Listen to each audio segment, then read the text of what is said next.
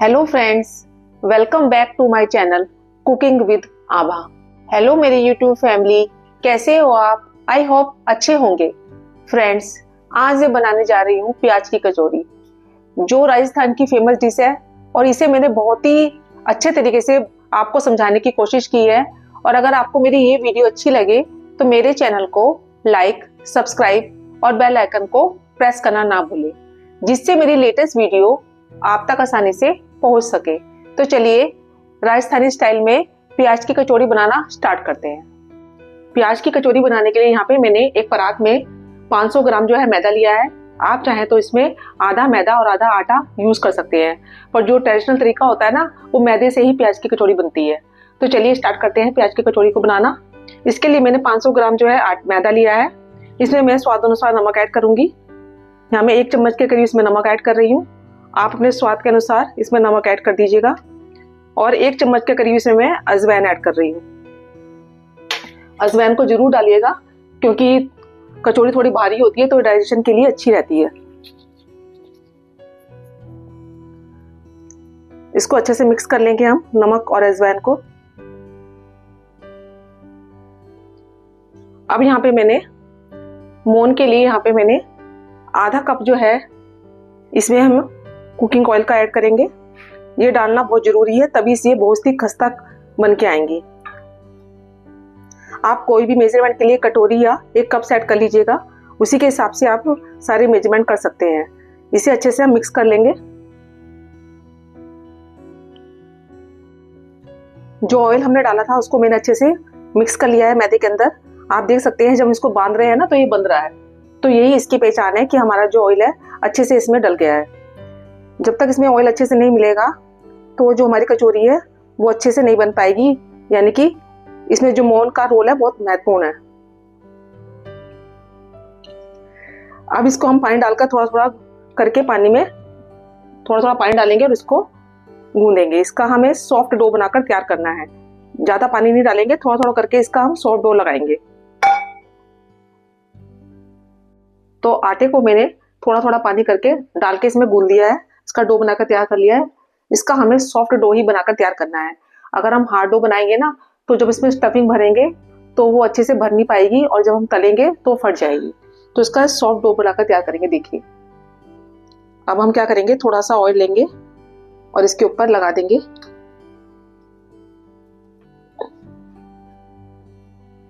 और एक गीला कपड़ा ढककर इसको, थोड़ा सा गीला कराया मैंने कपड़े को, इसको 15 से 20 मिनट के लिए सेट होने के लिए रख देंगे।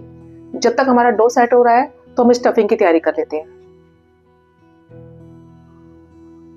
अब स्टफिंग बनाने के लिए यहाँ पे मैंने एक ग्राइंडेड जार लिया है। इसमें मैं 7 से 8 जो है काली मिर्च ऐड करूंगी। 1 चम्मच के करीब इसमें, 1 से सवा चम्मच के करीब से मैं जीरा ऐड कर रही हूँ। धनिया, साबुत धनिया होता है ना, वो उसमें 2 चम्मच के करीब ऐड करेंगे हम,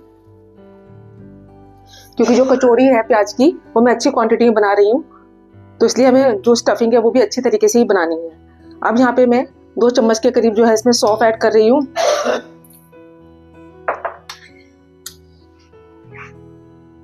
और सब चीजों का हम एक दरदरा मिक्सर बनाकर तैयार कर लेंगे। तो सब चीजों का मैंने एक दरदरा मिक्सर बनाकर तैयार कर लिया है। तो चलिए अब आगे की तैयारी कर लेते हैं। इसे हमें बिल्कुल बारीक नहीं पीसना है, सिर्फ ऐसे दरदरा ही इसका पेस्ट बनाकर तैयार करना है। तो स्टफिंग बनाने के लिए यहाँ पे मैंने कढ़ाई ली है। कढ़ाई में मैंने सर्विस स्पून के हिसाब से मैंने 4 से 5 चम्मच जो है कुकिंग ऑयल के ऐड करे हैं, क्योंकि जो मैं कचौड़ी बना रही हूँ ना, थोड़ी अच्छी क्वांटिटी बना रही हूँ, तो उसके लिए स्टफिंग के लिए अच्छा ऑयल हम डालेंगे। जैसे ही हमारा ऑयल गर्म हो जाएगा तो हमने जो मसालों को दरदरा पीस के रखा था ना, वो इसमें हम ऐड कर देंगे। गैस का फ्लेम बिल्कुल सिम कर दीजिएगा अब, और इसको हमें कुछ सेकंड के लिए भूनना है।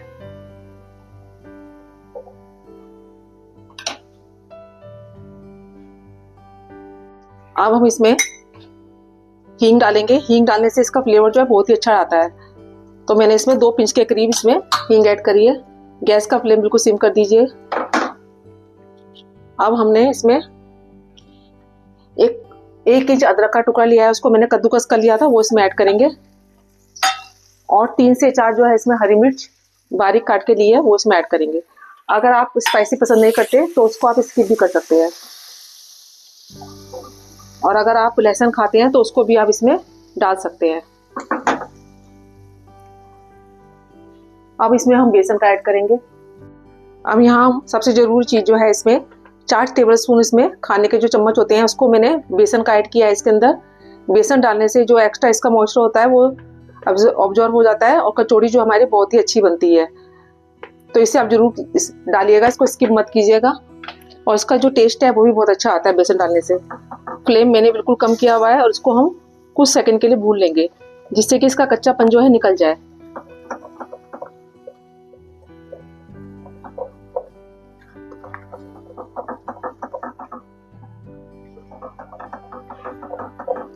गैस का फ्लेम बिल्कुल कम करके ही भुनिएगा, नहीं तो जो बेसन है वो जल जाएगा। अब हमने जो प्याज, ये मैंने 7 से 8 जो है प्याज लिए हैं, इसको मैंने बारीक बारीक पीसेस में कट कर लिया है, इसमें ऐड करेंगे।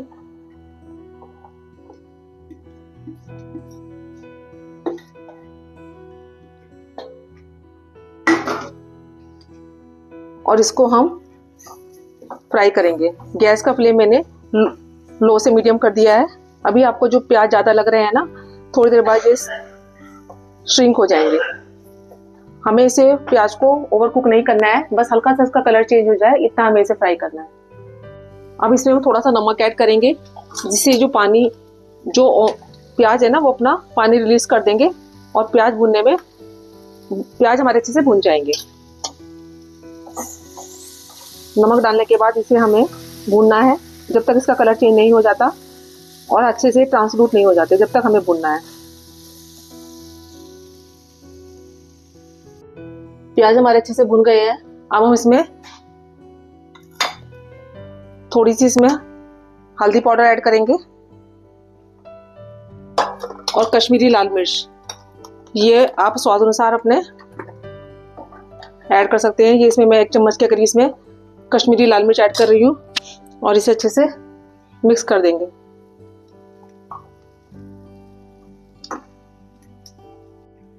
इसमें कश्मीरी लाल मिर्च और हल्दी पाउडर मैंने इसमें ऐड किया है। अब इसमें हम 3 से 4 जो है उबले हुए आलू ऐड करेंगे।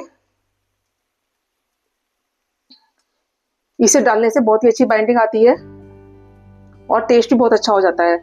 तो क्योंकि मेरी जो स्टफिंग है ज़्यादा है तो मैं इसमें 3 से 4 आलू इसमें ऐड कर रही हूँ। ये मैंने 5 आलू लिए हैं, इनको अच्छे से पहले धो के बॉईल कर लिया था और फिर इसको ठंडा करने के लिए रख दिया था 3 से 4 घंटे के लिए। ध्यान रखिएगा अगर इसमें थोड़ी सी भी मॉइस्चर होगा तो पूरी स्टफिंग खराब हो जाएगी। अब हमें आलू को ऐसे मैश करते हुए ऐसे मैश करना है।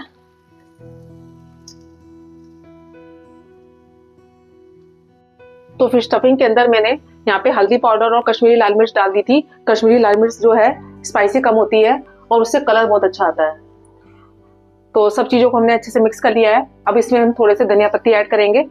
अगर आप इसे पसंद नहीं करते इसका फ्लेवर तो आप इसे अवॉइड भी कर सकते हैं, पर इसे डालने से बहुत ही अच्छा फ्लेवर आता है। इसे भी अच्छे से मिक्स कर देंगे और जो थोड़े बहुत आलू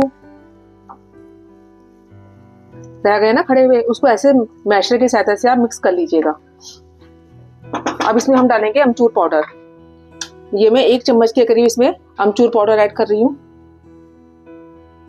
कचौड़ी में बहुत ही अच्छा फ्लेवर आता है अमचूर का, और इसे भी अच्छे से मिक्स कर लेंगे हम। गैस का फ्लेम बिल्कुल सिम किया हुआ है मैंने, जिससे कि जो हमारे मसाले हैं वो जले नहीं।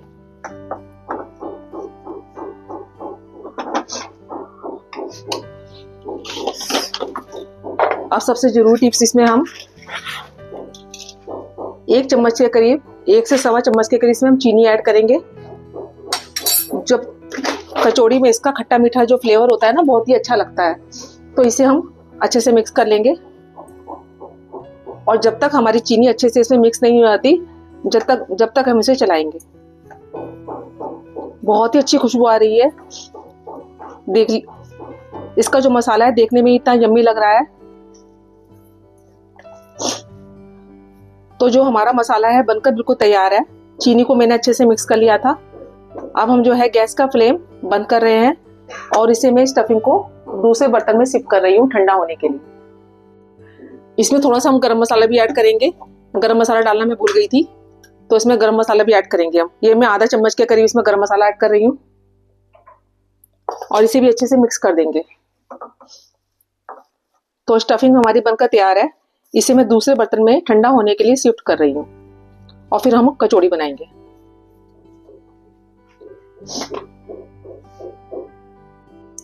तो स्टफिंग को मैंने दूसरे बर्तन में निकाल लिया था। स्टफिंग हमारी ठंडी हो चुकी है। अब अपनी सुविधा के लिए इसमें हम इसके थोड़े थोड़े से गोले बनाकर तैयार कर लेते हैं नींबू की शेप में, जिससे कि बाद में स्टफिंग भरने में हमें आसानी रहे। छोटे बड़े अपने हिसाब से कर लीजिएगा। नींबू के साइज में हम बना रहे हैं इसके बॉल, और सारे बॉल बनाकर हम तैयार कर लेंगे।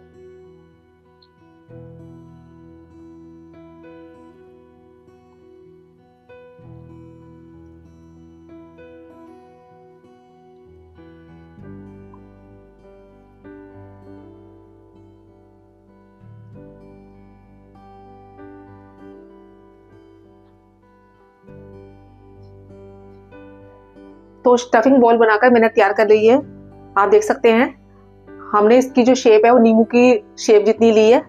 तो स्टफिंग हमारी बॉल बनकर तैयार है। अब हम अपने आटे को देख लेते हैं। कपड़ा हटाकर हम आटे को चेक कर लेते हैं। तो एक बार हम इसको सेट कर लेंगे।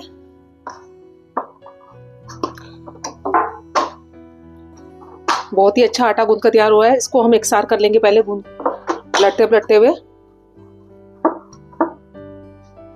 अब हमने आटे का एक पेड़ा ले लिया है। इसको ऐसे प्रेस करेंगे पहले। जो ऑथेंटिक तरीका होता है वो ऐसे ही बनाते हैं, और इसको हम बढ़ाते रहेंगे ऐसे दबा दबा के।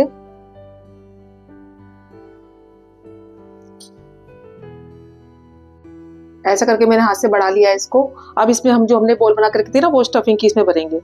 आप इसको दूसरे तरीके से बना सकते हैं, बेल के या फिर हाथ से, जिसको जो भी आपको इजी रहे तरीका वो आप कर लीजिएगा। देखिए ऐसे पूरी स्टफिंग को हम अच्छे से भर लेंगे और इसको अच्छे से फिल कर लेंगे स्टफिंग को। अब ये जो ऊपर वाला हिस्सा है ना, ऐसे इसको प्रेस करेंगे और इसको बढ़ा देंगे थोड़ी। बीच से इससे प्रेस करते जाएंगे और इसको बढ़ाते जाएंगे ऐसे। आप साइज अपने हिसाब से जैसे भी आपको रखना हो वैसे रख लीजिएगा। ऐसे करके हम इसको बढ़ाते जाएंगे। तो सारी कचौड़ी हम ऐसे बनाकर तैयार कर लेंगे। आप चाहें तो इसको बेलकर भी तैयार कर सकते हैं। इसी तरह से हम दूसरी कचौड़ी भी बनाकर तैयार कर लेंगे।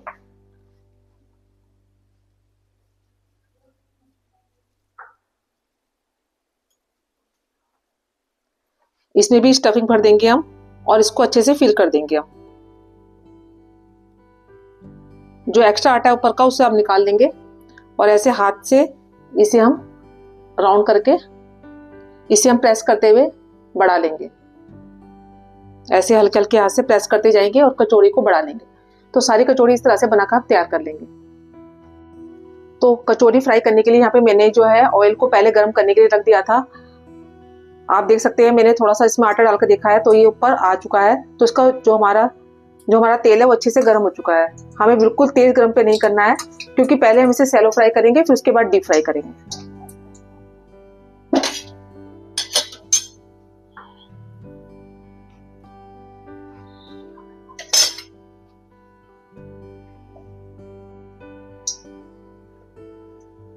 इसको पहले हम हल्का हल्का फ्राई करेंगे। हमें इसमें बिल्कुल फ्राई नहीं करना है, बस हल्की सी इसकी लेयर आ जाए, बस इतना ही फ्राई करेंगे, जिससे हम बाद में इसको डीप फ्राई करेंगे ना, तो बहुत ही अच्छी क्रिस्पी बनकर आएगी। कुछ सेकंड के लिए फ्राई कर लेंगे, उसके बाद निकाल लेंगे इसको। सारी कचौरियों को पहले हम ऐसे फ्राई करके रख लेंगे, उसके बाद इसको डीप फ्राई करेंगे। देखिए हल्की हल्की लेयर आनी चाहिए, बस इतनी। इसको हम निकाल लेंगे और उसके बाद हम डीप फ्राई करेंगे। तो मैंने 4-5 कचौड़ियों को पहले हल्का हल्का फ्राई कर लिया है।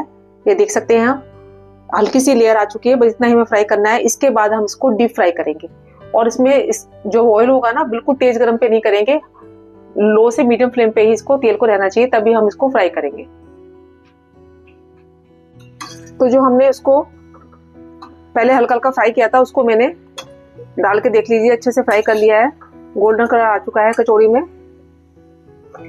इसको पलटते पलटते हुए हमें फ्राई करना है। और ध्यान रखिएगा, जो तेल का फ्लेम है ना, जो तेल का टेम्परेचर है, वो लो से मीडियम ही होना चाहिए। देखिए तो इसे हम निकाल लेंगे और ठंडा होने के बाद ये और भी क्रिस्पी हो जाएंगी।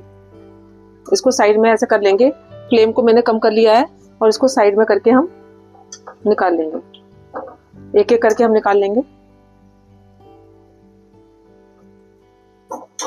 छन्नी के नीचे मैंने प्लेट लगा दी है जिससे कि जो एक्सेस ऑयल है प्लेट में आ जाए। देखिए इसी तरह से हम सारा बैच बनाकर तैयार कर देंगे कचौड़ी का। आराम से कीजिएगा क्योंकि तेल कई बार ऊपर भी आ सकता है। एक बैच हम और तैयार करेंगे ऐसे ही। हमारी गर्मा गर्म प्याज की कचौड़ी बनकर बिल्कुल तैयार है। देखने में लग रही है ना यम्मी सी, खाने में ये बहुत ही टेस्टी लगती है। और एक बार जिस तरह से मैंने आपको इसके टिप्स बताया ना, अगर वैसे ही बनाएंगे तो ये प्याज की कचौड़ी बहुत ही अच्छी बनकर आएगी। और आप किस तरह से बनाते हैं प्याज की कचौड़ी को ये भी बताइएगा। बहुत ही क्रिस्पी बनी है प्याज की कचौड़ी। मैं आपको एक तोड़ के दिखाती हूँ। देखिए इसकी स्टफिंग देखिए आप। तो एक बार आप इसे ट्राई जरूर कीजिएगा और बताइएगा कि आपको कैसी लगी ये रेसिपी। तो मैं तो अपनी गर्मा गर्म प्याज की कचौड़ी को बनाकर एंजॉय कर रही हूँ। आप भी एक बार इस रेसिपी को बनाकर एंजॉय जरूर कीजिएगा। मैं अपनी अगली रेसिपी के साथ आपके सामने फिर उपस्थित होंगी। जब तक के लिए बाय एंड टेक केयर।